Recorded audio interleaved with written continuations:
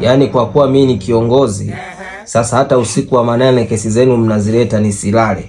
Haya, nyie shida ni nini tena? Huyu ndo anatakiwa aongee kwa sababu huyu ndo amefanya mpaka tumekuja hapa kwenye uongozi. Hapa sio kwako, ongea kwa utaratibu. Inabidi tuongeze kilichotuleta.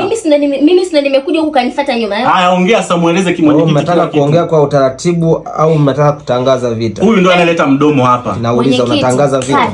Sasa unanikalishaje kimya wewe? Mimi ni mwanaume. Unataka kupigana kwa mwenyekiti au? Unamuona mwenyekiti? Hapa ni kwangu kwenu. Naomba ukae kimya. Hapa ni serikalini. Kaa kimya niongee, unanisikia? Acha basi serikali iongee. Mwenyekiti, nimekuruhusu kuongea. Unaona? Huo mdomo anaoleta hapa. Ndio huo mdomo anaoleta mpaka nyumbani. Mimi ndo maana nashindwa kuvumilia na chapaga tu makeo. Nimekuruhusu kuongea. Nimekuruhusu kuongea.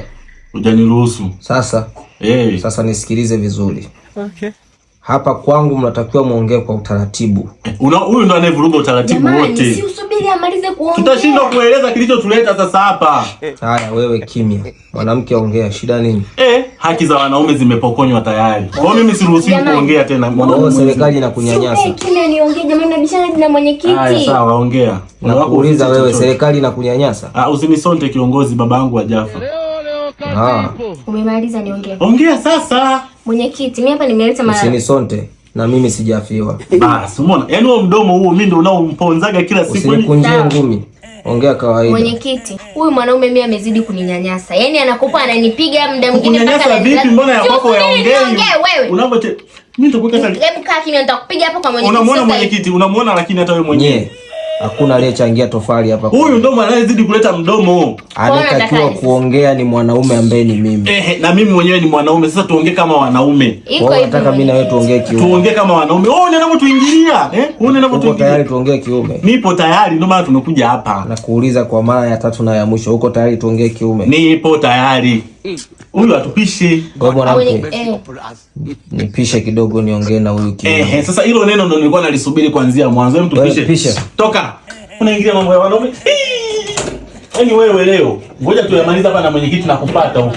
Unaona karibu kana dharau tabia za kimalaya hizo. Na wewe mwenyekiti umekata hapo na kachekea. Mwanamke anatakiwa tupishe tuongee sisi kama wanaume. Yaani sisi ndo wanaume vidume, tubaki tunazungumza mimi na wewe. Au sio bwana? Wewe mwenyewe baba yangu. Kiongozi sikia basi mambo tukaongea tu.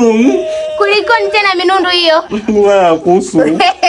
Mimi kiongozi tayari ameshaisha. Mimi mke wangu tena hamna vurugu. Mke wangu. Vurugu. Na kuishi kwa amani. Yaani hapo amani kabisa, hamna vurugu yote inaendelea. Hakuna vurugu zozote. Hakuna vurugu. Ni ahidi hakuna vurugu. Yaani mimi kiongozi na amani kabisa, mke wangu nimeshamsamehe kabisa yani. Kwa nikiongea utanyamaza. Nini kimya?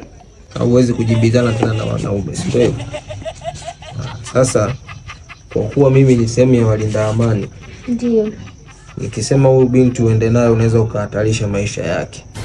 Kwa hiyo muache alale hapa, kesho atakuja kumchukua. Sisi hatuna nguvu. Au kama unabisha sema.